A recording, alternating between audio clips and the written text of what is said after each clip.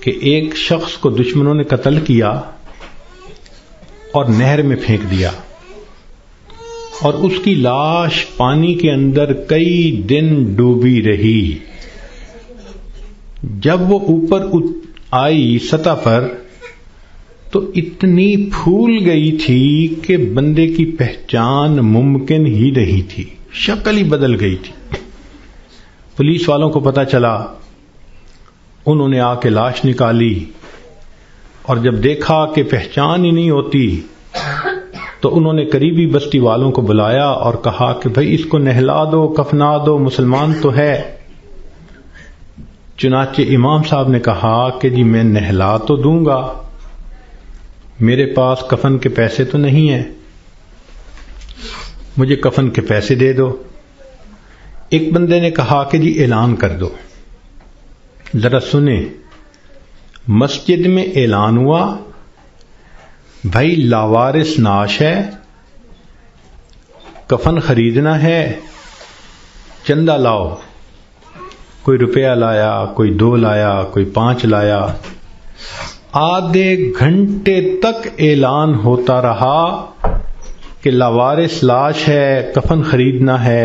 آدھے گھنٹے کے بعد پھر جا کر پیسے پورے ہوئے، کفن خریدا گیا، اس کو نہلایا گیا، کفنا دیا گیا، جنازہ پڑھایا گیا۔ جنازہ پڑھتے ہوئے ایک آدمی کی آنکھ میں بھی آنسو نہیں تھے، اس لیے کہ کوئی جانتا ہی نہیں تھا یہ کون ہے۔ جب اس کو دفن کیا گیا تو 3 مہینے کے بعد کیس کی حقیقت کھلی، تب پتہ چلا کہ وہ سرگودا کے علاقے کا ایک ذمہ دار تھا۔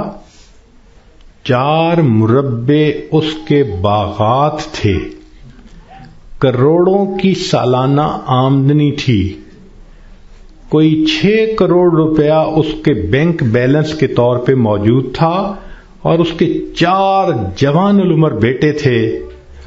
اس لینڈ لارڈ نے کبھی سوچا بھی نہیں ہوگا کہ میں کروڑوں پتی بندھا جب دنیا سے جانے لگوں گا تو چندے کا کفن لے کے جاؤں گا۔ اس کو کہتے ہیں وارث مان نہ کری وارثاں دا، رب بے وارثا کر مار دئی، کہ وارث تم اپنے وارثوں کا مان نہ کرنا، اللہ بندے کو لاوارث کر کے مار دیتے ہیں۔ ہمیں کیا پتا کس حال میں موت آئے گی، آج وقت ہے اس موت کی تیاری کرنے کا۔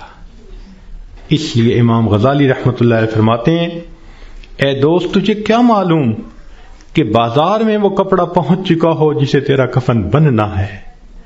ہم نہیں جانتے کب ہمارا کفن بازار میں آ جائے گا۔ لوگ یعنی شادی اور بیاہ میں مشغول ہوتے ہیں اور ان کو نہیں پتا ہوتا ان کے کفن کا کپڑا پہنچ چکا ہوتا ہے۔ اس لیے چاہیے کہ ہم موت کی تیاری کریں، نیکی کریں، جھوٹ کی زندگی سے بچیں، سچ کی زندگی کو اختیار کریں، نبی علیہ السلام کی ایک ایک سنت کو اپنائیں تاکہ موت کے لیے ہم بھی تیار رہیں۔ کیا معلوم کب جانا پڑ جائے۔ ہمارا حال تو وہی ہے کہ بارات پہنچ گئی تھی اور لڑکی والے لڑکی کے کان سلوانے گئے ہوئے تھے کہ جی ہم نے کانوں میں بالیاں ڈالنی ہیں۔ جیسے اس لڑکی والوں کو شرمندگی ہوئی، وہی حال ہمارا ہے کہ ملک الموت پہنچ جائیں گے اور ہم نے ابھی تیاری ہی نہیں کی ہوگی۔ ہم نے کتنی بار آنکھوں سے دیکھا جوان العمر بیٹا چارپائی کے اوپر لیٹا ہوا ہوتا ہے، ماں آگے بڑھتی ہے، بیٹے تجھے کیا ہوا، مجھے بتاؤ تو صحیح۔ بیٹا خاموش ہوتا ہے، ماں رو کر کہتی ہے بیٹے تم تو میری ہر بات پہ لبیک کہا کرتے تھے، تم میرے اتنے فرما بردار بیٹے تھے، کیا ہوا؟ بیٹا اپنی اماں سے نہیں روٹھا کرتے، نہیں خفا ہوتے، بتاؤ تمہیں کیا ہوا؟ بچہ خاموش ہوتا ہے، بالآخر بیوی آگے بڑھتی ہے، میرے سرتاج، میرے ہمراز، مجھے تو بتائیے کیا ہوا؟ اگر آپ میری کسی بات پہ خفا ہیں میں آپ سے سوری کر لیتی ہوں، معافی مانگ لیتی ہوں، مجھے بتائیں کیا ہوا؟ نوجوان خاموش ہوتا ہے، بہن آگے بڑھتی ہے، میرے ویر مجھے بتائیں تو صحیح کیا ہوا؟ خاموش ہوتا ہے۔ بہن کہتی ہے کہ مجھے بتائیں، میں ابھی ڈاکٹر کو بلواتی ہوں، مگر جوان کوئی جواب نہیں دیتا۔ بیٹی آگے بڑھتی ہے، ابو مجھے بتائیں تو صحیح کیا ہوا؟ ابو میں آپ کی بیٹی ہوں، میں آپ کی خدمت کے لیے 24 گھنٹے حاضر ہوں، کچھ کھانا ہے یا پینا ہے مجھے بتائیے، کوئی کام ہے مجھے بتا دیجئے، ابو مجھے بتائیں تو صحیح کیا ہوا؟ باپ خاموش ہوتا ہے، بیٹی روتی رہ جاتی ہے۔ ماں پھر آگے بڑھتی ہے، بیٹے میں نے کال کر دی ہے، ابھی ڈاکٹر کو بلواؤں گی، تمہارا علاج کرواؤں گی۔ بیٹا خاموش ہوتا ہے۔ اسی خاموشی کی حالت میں ماں دیکھتی ہے، آنکھیں کھلی رہ گئیں، روح نکل گئی۔ وہ اپنے کانپتے ہاتھوں کے ساتھ جوان بیٹے کی آنکھوں کو انگوٹھے رکھ دیتی ہے۔ اس ماں نے کبھی سوچا بھی نہ تھا میں بڑھاپے میں جوان بیٹے کی آنکھیں بند کروں گی۔ جب بچے کی روح نکل جاتی ہے، سب رو رہے ہوتے ہیں، کہنا شروع کر دیتے ہیں، میت کو فلاں کپڑے میں رکھ دو، تھوڑی دیر پہلے یہ کسی کا باپ تھا، یہ نوجوان کسی کا بیٹا تھا، کسی کا بھائی تھا، کسی کا خاوند تھا، اب کیا ہوا؟ سب نے اس کو میت میت کہنا شروع کر دیا۔ تو جواب ملے گا، اصلی انسان تو چلا گیا، یہ اس کا جسم باقی ہے، اس کو بھی ہم اس کے اصلی گھر پہنچائیں گے۔ چنانچہ اس کو نہلا دیا جاتا ہے، کفنا دیا جاتا ہے اور جنازے کا اعلان کر دیا جاتا ہے۔ اس کو لینے کے لیے کئی رشتہ دار کمرے کے اندر آ جاتے ہیں، بھئی تم کیوں آئے ہو؟ ہم اس کو اس کے اصلی گھر پہنچانے کے لیے۔ بھئی یہ گھر بھی تو اسی کا تھا، اسی نے پلاٹ خریدا، اسی نے نقشے بنوائے، اسی نے کمرہ بنوایا، اسی نے یہ مکان بنوایا، ماربل لگوایا، کہاں کہاں سے فرنیچر ڈھونڈا، کہاں کہاں سے بجلی کی فٹنگ خرید کے لایا، ابھی تو دیواریں بھی میلی نہیں ہوئی، تم اس کو لینے آ گئے ہو۔ سب کہیں گے یہ تو عارضی گھر تھا، اصلی گھر تو آگے ہے، 2 گز زمین کا ٹکڑا، چھوٹا سا تیرا گھر ہے۔ سب اس کو کندھوں پہ اٹھا لیتے ہیں، رشتہ دار جمع ہیں، سب قبرستان تک پہنچ جاتے ہیں، جنازہ پڑھتے ہیں، پھر قبر میں اتارنے کا وقت آتا ہے۔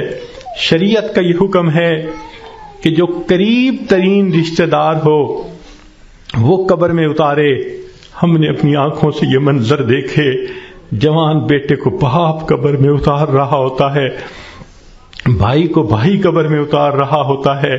اللہ کی شان، یہ تو شریعت کی مہربانی ہے، اس نے عورتوں کو منع کر دیا کہ تم جنازے میں اور قبرستان میں مت جاؤ۔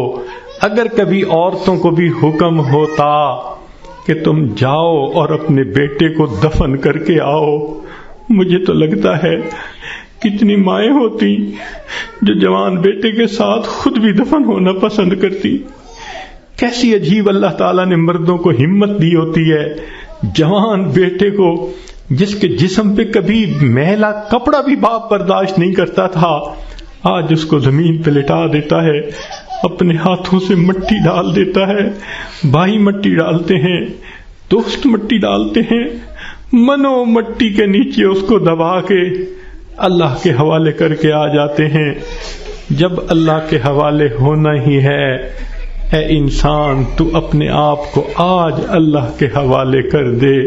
اللہ میں اپنے آپ کو آپ کے حوالے کرتی ہوں، جو آپ کا حکم ہوگا میں اس پہ چلوں گی، جو گناہ ہوگا میں اس سے بچوں گی۔ آج حوالے کریں گے تو اس کا فائدہ ہوگا۔ چنانچہ انسان کو بالآخر اللہ کے حضور جانا ہی ہے۔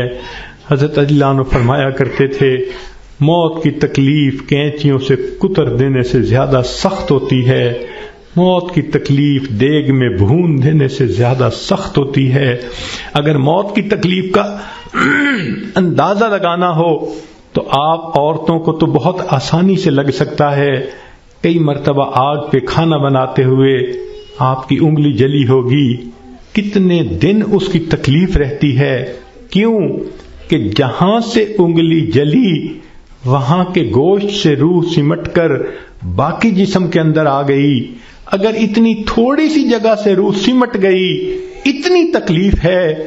جب پورے جسم سے روح سمیٹ لی جائے گی اس وقت تکلیف کیا ہوگی، ذرا اس کو یاد کر لیجئے.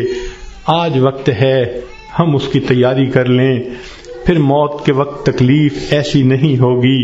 چنانچہ حدیث پاک میں آتا ہے جب مومن کی موت کا وقت آتا ہے اللہ تعالی ملک الموت کو بھیجتے ہیں، جنت کے فرشتوں کو بھی بھیجتے ہیں. وہ جنت کی خوشبوؤں کے رومال بھی لے کے آتے ہیں اور اس بندے کے سینے پہ خوشبوؤں والا رومال رکھ دیتے ہیں. اس بندے کو جنت کی خوشبو آتی ہے، اس کا دماغ معطر ہو جاتا ہے اور اس کی روح کو ایسے قبض کرتے ہیں جیسے مکھن میں سے بال نکال لیتے ہیں. جب اس کی روح کو لے کے چلے جاتے ہیں اللہ تعالیٰ فرشتوں کو حکم فرماتے ہیں دیکھو یہ میرا نیک بندہ تھا، روح کو قبض کر لیا گیا، اب جدھر سے اس کا جنازہ گزرے گا تم راستے کے دونوں طرف ادب سے کھڑے ہو جاؤ. سبحان اللہ، مومن کی کیا شان ہے. جہاں جہاں سے جنازہ گزرتا ہے فرشتے راستے کے دونوں طرف ادب سے کھڑے ہوتے ہیں.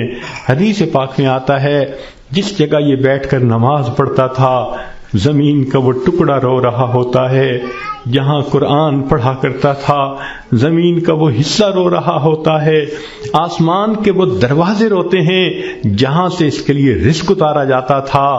سبحان اللہ، یہ اللہ کے عاشق کی موت ہے. اس لیے کہا گیا کہ عاشق کا جنازہ ہے ذرا دھوم سے نکلے، محبوب کی گلیوں سے ذرا گھوم کے نکلے. یہ عاشق کا جنازہ جا رہا ہے. پھر اس کو جب دفن کیا جاتا ہے حدیث پاک میں آتا ہے اللہ تعالیٰ فرشتوں کو فرماتے ہیں یہ میرا بندہ دنیا سے تھکا ماندہ آیا ہے، جاؤ اور اس کو جا کر کہہ دو نم کنومت العروس، دلہن کی نیند سو جا. فرشتہ آ کے خوشخبری دے دیتا ہے تم دلہن کی نیند سو جاؤ.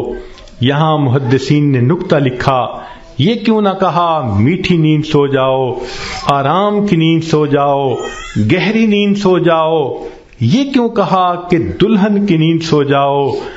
تو اس کا جواب انہوں نے یہ دیا کہ دلہن جب پہلی رات اپنے کمرے میں جا کر سوتی ہے اس کو وہی جگاتا ہے جو اس کا خاوند، اس کا محبوب ہوتا ہے.